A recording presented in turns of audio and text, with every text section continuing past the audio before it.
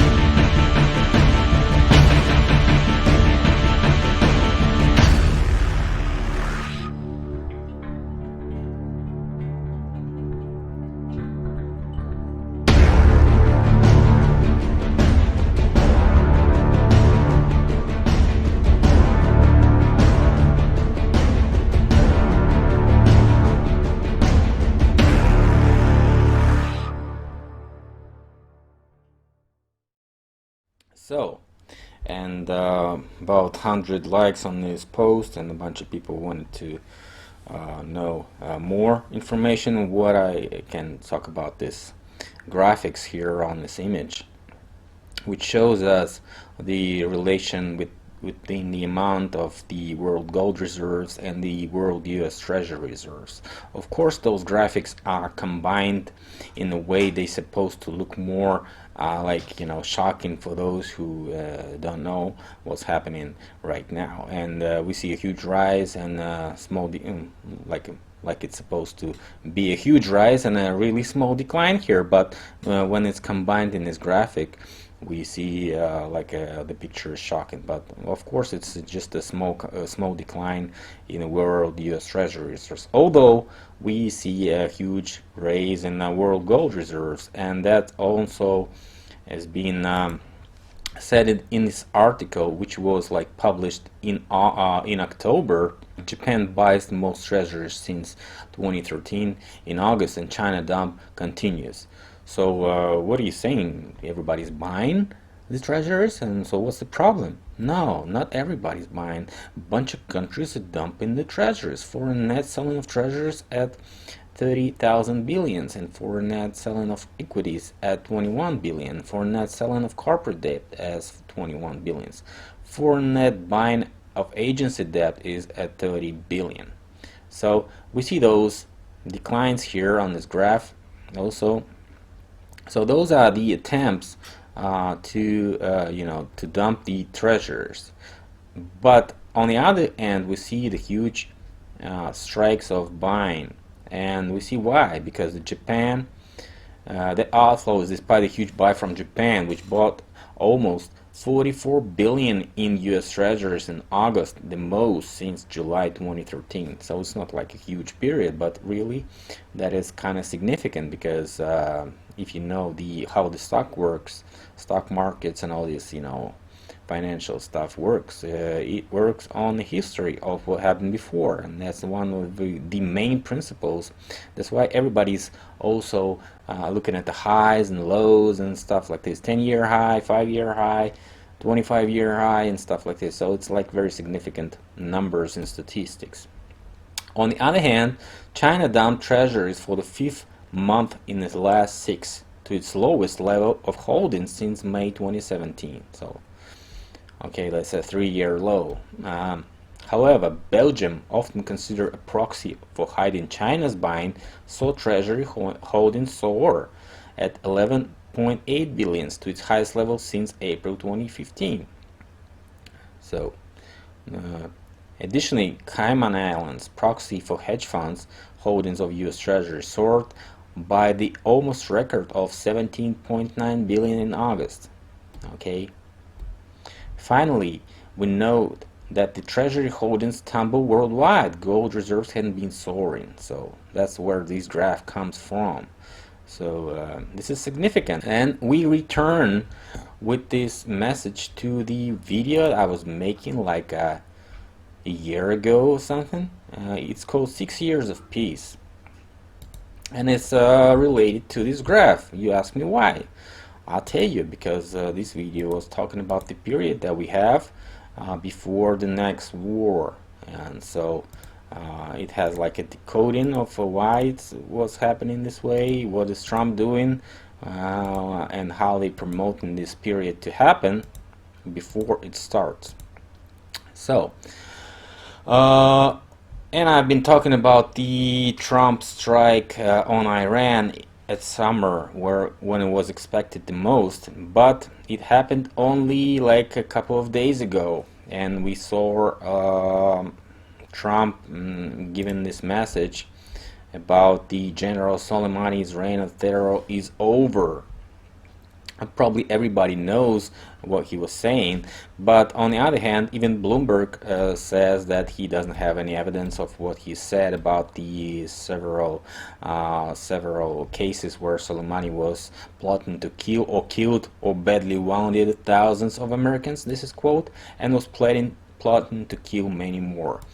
Well, nobody really has any evidence of that, except maybe Trump has it, but that is not the point of my case. The point of my case is that I said that he was gonna target bomb something insignificant but very, that could be exaggerated by the media as a case of starting a world war. But it actually will not, because nobody's gonna start a war on killing this Soleimani. Probably he was hunted by his own foes from Iran and Iraq, and that's where the information came, what exactly was the target moving to, and where he's gonna stay, and where's because we see this strike was made on the not moving vehicle, so that's definitely the rat inside of Soleimani's party, and probably somebody gave the information about his moving around, and that's the drones. And all this stuff could be really made possible. So Trump said, we took action last night to stop a war. We didn't take action to start a war. That's what I was saying like 2 years ago. Nobody's gonna start a war. And that's what I was saying in the summer when the strike was supposed to happen at Iran. Well, this is what Trump is, making. He's staging a strike for everybody to be happy, like the Dems would be happy eventually, because each and every time the president starting a war or trying to start a war makes the opposite party very happy, and that's because of huge funding from the weapon production sector, which is like gaining huge budgets from the country budget, and is funded by the people, of course, and the taxation. So let's say that the price of gold should be raising before the start of the crisis. And how do you push the price? You make those series of cases of events that should push the gold price towards the trend of raising. Make a lot of rumors about the dollar decline next year. That's all been made by several analytics and several insiders, stuff like this. So my prediction is that the gold price is going to be rising, and we see the raise already made possible, about 2% raise after the attack, and about 4% raise of oil prices after the attack, which is in favor of most of the countries, both Iran, US, Saudis, Russia, and everybody else also, except maybe China. And also we see the reaction from China, which is not very happy, because probably that Soleimani was the guy from China, China's circle of agents, and we see him in tight relation with China. Also, we see he was in Syria, and he was and many other places where China interests are right now. As I said before, China is planning to make the new Silk Way, so-called the arc of profit and development. So the countries that would be on the way of this path, this road, this new arch of China, are going to be profiting very well, and they're going to be friends and allies of China, with Russia back up from the north and all those countries from the sides. China should expand and develop very fast. And also they planning to make all those transition logistic pathways to the Berlin and the Western Europe. So this is where the integration of Europe and China will come more fastly. So that was what US doesn't want. So, and this is where the US problems should start. That's what they think. That's why they don't want China to do that, and making all these serious cases on the path of this new Silk Way, which is Syria, Iran, and many more. Also, the huge part of this is being played by Israel and Saudis, which also don't want the Iran to increase its influence on the Iraq territory in Syria also. So, if you want to know more about this, please maybe write me in the comments, and I should make another channel on the politics and the geopolitics stuff, which people don't understand at all. Everybody thinks that those are actors, but even though they are actors, they are moving the real people, the real armies, and the real troops. So we should know what to expect from them and what are they planning to do, because everything they are planning to do was written in the Solomon's predictions and Solomon books, which are like predicting to happen from 2020 to 2024. So the start of this huge war, which is also related to the China calendar, which is saying that this year will be the year of white red. So white red is literally the Western trader, because the white is west and red is a trader, the one that steps in the back and stuff like this. So Chinese calendar says it all, and they're expecting the stab in the back from west this year, and also they expecting to finish up the profit paradigm of China, which is totally decreasing the poorness and its poverty stuff in China. There's a huge decline in poverty, and that's what they were claiming at the results of the 2019 that was done by Chinese President Xi. So also the huge thing is a trade deal, which is nobody knows how much time is going to be more to discuss about this stuff. Nobody knows if they're gonna sign the deal or not. So this is like a huge problem for both China and US, but nobody wants to be a compromise and stuff. So nobody wants to make a step forward in this discussion.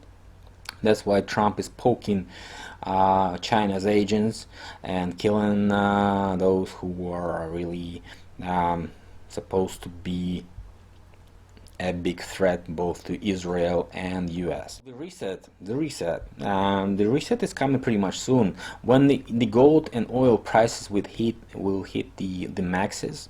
The predictions on this year is also Trump-Biden fight that's gonna happen pretty much soon. And we're going to witness the rise of pressure on Biden case.